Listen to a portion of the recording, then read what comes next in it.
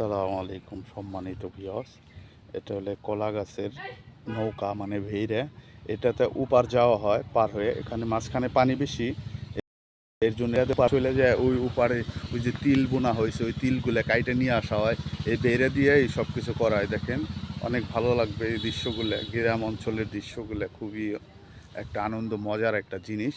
কারণ এগুলা পাঠানো এই গ্রাম অঞ্চলেই এগুলোর দৃশ্যগুলো সুন্দর।